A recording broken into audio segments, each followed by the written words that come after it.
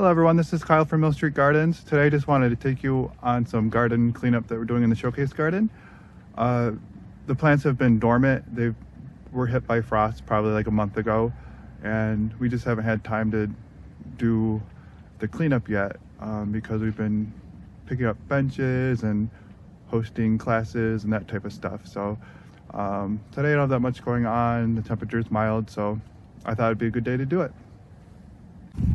All right, so here's this Miscanthus giganteus. We're gonna take that down today. I'm just taking it down for aesthetic purposes. You can always leave your grasses up during the winter if you like the look of it. I personally don't like the look of it around here because we get a lot of snow, and oftentimes the grass just gets kind of smushed. It doesn't look really pretty, and then it's a lot easier to take them down when they're not like mushy. So we're gonna take care of that. Another reason too is some of these grasses actually seed. For example, this grass right here, it's a hardy pampas grass, and that will seed. So I'm gonna take that seed stalk off before it seeds everywhere.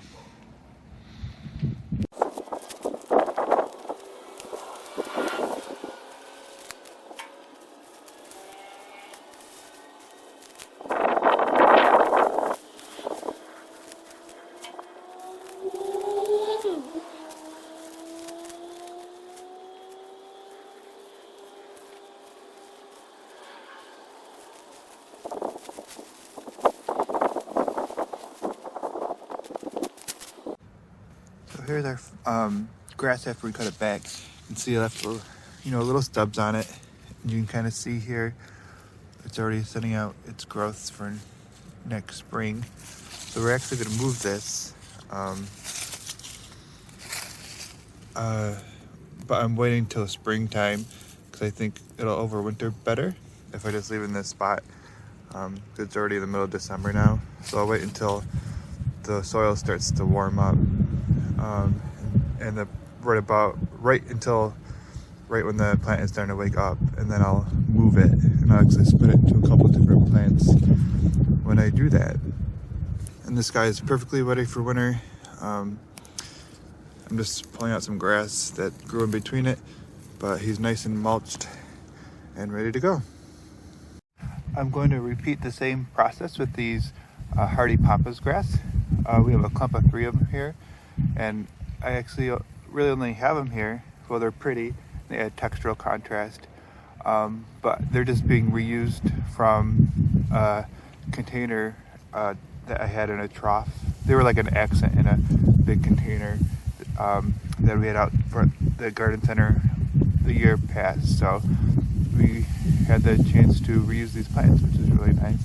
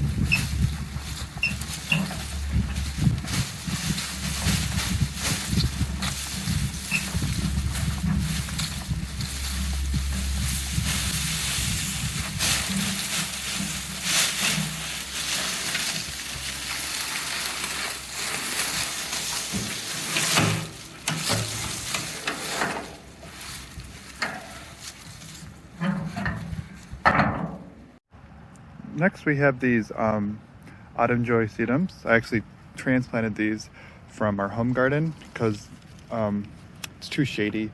I always try to grow stuff that I'm not supposed to grow in the shade. So I'm like, now that we have this big garden at the garden center, I can transplant a lot of this stuff here. This stuff you can leave up all winter if you like, because it is pretty popping through the snow. But I know I'm not gonna have time to clean it up in the spring, so we're just gonna top it right now.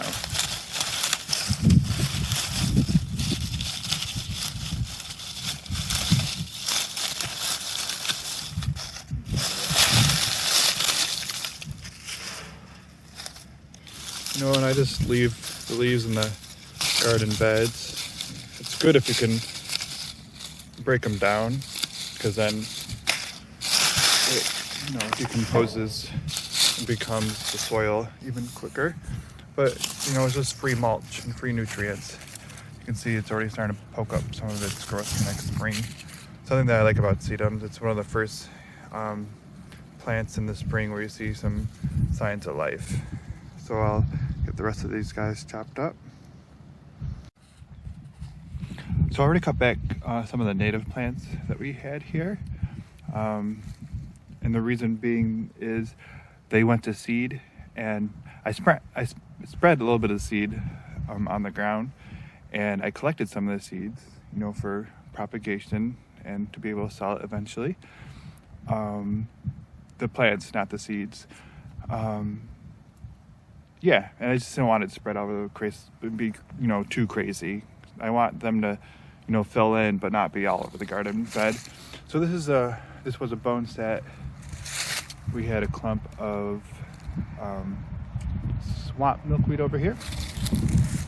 We had the hello yellow butterfly weed over here. Oh wait, the swamp milkweed was over here. And back there we had the New York State ironweed, which grew on me. I thought it was the taller variety when I bought it from another local nursery. But this one's shorter. But, you know, I like the short one too, I guess. So that worked out. Oh yeah, and we also had the cutleaf rudbeckia, which I cut back and collected the seeds from those too. If you're not sure what to do with plants, if to cut them back to the ground or not, you know, you can always experiment and see what happens. But from my experience is I just kind of wait and see what they do during the winter. For example, this foxglove, I never really cut those back. Their leaves, they kind of just persist through the winter, and they get a little battered, and then I just clean it up in the spring. But they push out so much new growth in the spring, it kind of covers up the yuck leaves anyways. So that's just, you know, kind of a gauge to tell. Like, just leave the plant, and if it turns, you know, like brown and brittle, like you can tell. Like on this plant right here, this stuff is dead, while this is still alive. And then you just kind of learn, you know, what to cut back and what not to cut back. Like that sage over there, I've never grown it before, so I don't know if I cut back to the ground. So I'm just gonna leave it there and see what happens in the spring, and see if it starts shooting new growth from the branches it has, or if it grows from the ground. All right, so here's an example of a plant I'm not to cut all the way back. This is the Veronica Blue Skywalker, and I deadheaded it at the beginning of the season, and then I just kind of learned that you didn't need to, because it just kept on growing. So these flower spikes got a couple of feet long, and they always had color on them throughout the whole season. So this is a really cool plant, Veronica Blue Skywalker. So anyways, just to clean this up for the winter, we're gonna leave this green foliage at the bottom, and I'm just gonna trim off the flower spikes, basically. Get in there, and to like,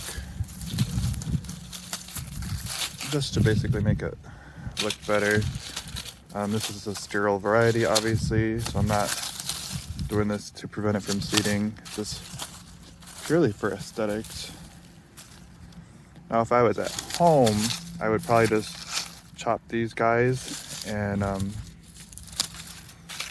leave them on the ground, because it's just gonna turn back into soil.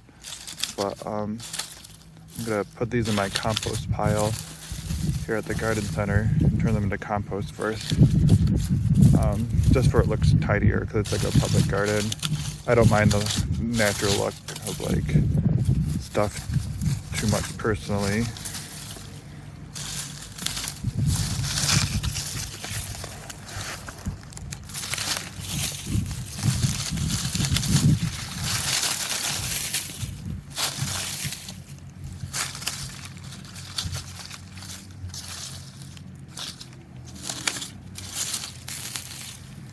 And, you know, he's nice and mulched. Now he's cut back.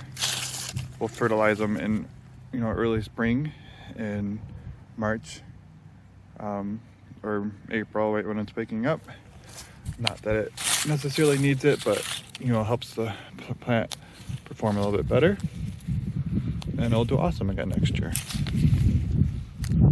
So we got the Veronica done, so now we're gonna move over to the next plant, this Zagreb Coreopsis, which is a cultivar out of Mayva plant, and this is one that we're just gonna give a nice buzz cut all the way to the ground.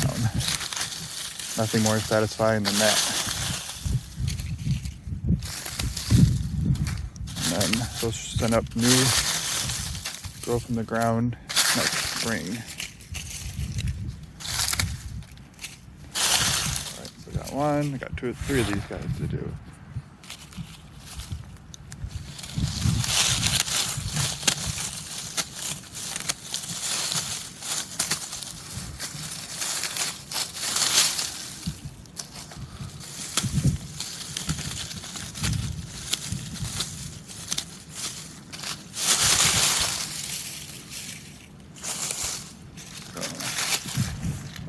So this was a cool plant because it bloomed the whole season. I don't know if I mentioned that already. And it bloomed kind of next to that purple plant. We have the purple and green colors right next to each other, which are complementary and look pretty together. And they're also the school colors of the local school district, the Clyde Savannah School District. So always like to work that into our gardens.